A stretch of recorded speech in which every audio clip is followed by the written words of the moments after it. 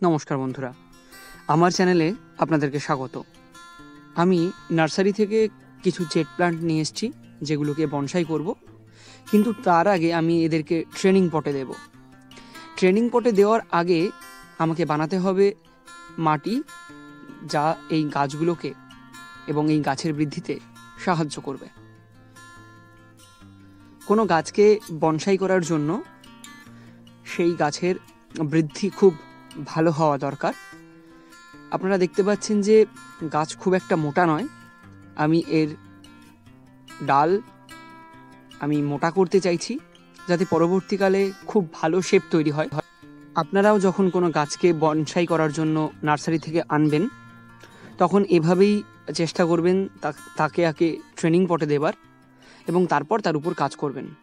আসুন step by step সব দেখে নিই।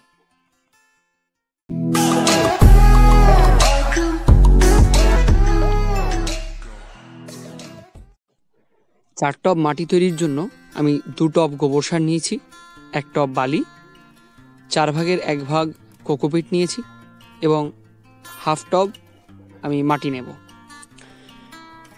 যেহেতু আমি 4টি টবের জন্যই করছি, তাই আমি এই রেশিওতে নিলাম। বাড়িতে কিভাবে আপনি কোকোপিট বানাবেন তার ডেসক্রিপশান আমি নিচে দিয়ে দিচ্ছি। সেভাবে আপনারা অতি সহজেই বাড়িতে বসে কোকোপিট বানাতে পারবেন। আমি সমস্ত কিছু আমার হাতের কাছে নিয়ে নিয়েছি। এবার এগুলোকে ভালো করে মিশিয়ে নেব। আমি এভাবেই বানানোর চেষ্টা করছি যাতে গাছগুলোর গ্রোথ খুব ভালো হয় এবং এই মাটি যাতে খুব হালকা হয়, কারণ জেট প্লান্ট খুব ভারী মাটি পছন্দ করে না, হালকা মাটি পছন্দ করে, খুব বেশি জল পছন্দ করে না। যার জন্য আমি বালির ভাগ খুব বেশি পরিমাণে দেখেছি। এবং এইভাবে মাটি তৈরি করলে গাছ তার পুষ্টি পাবে মাটি থেকে এবং তার সঙ্গে তার শিকড় মেলতে খুব সুবিধা হবে। এই গাছের গ্রোথ যত ভালো হবে, আমার বনসাই বানাতে তত সুবিধা হবে, কারণ বনসাইয়ের জন্য গাছের তৈরি হওয়াটা খুব দরকার।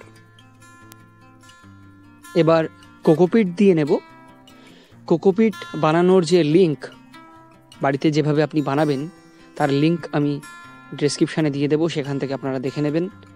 সেভাবে আপনারাও পারবেন বাড়িতে বসে বানাতে। এবার এই মাটিটা আমি খুব ভালোভাবে মিশিয়ে নেব। খুব ভালোভাবে মিশিয়ে আমি এতে ফাঙ্গাসাইড দেব, যাতে গাছের শিকড় কোনোভাবে ক্ষতিগ্রস্ত না হয়।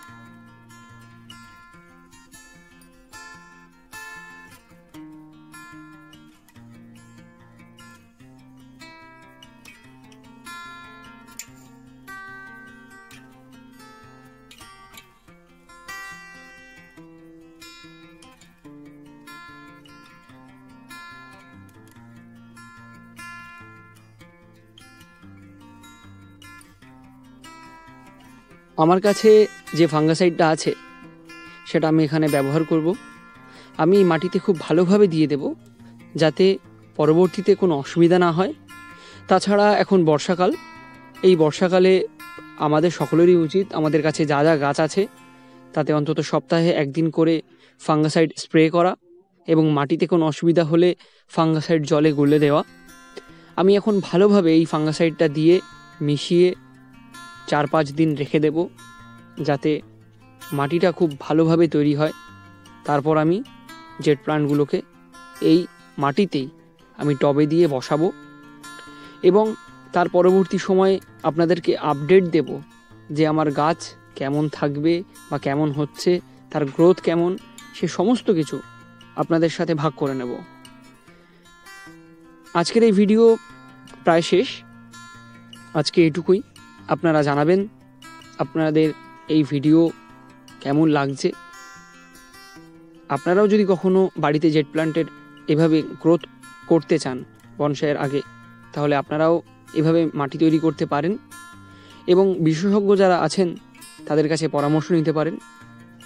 তো বন্ধুরা, আজকে এটুকুই। ভালো থাকবেন, সুস্থ থাকবেন। পরের ভিডিওতে আবারও দেখা হবে।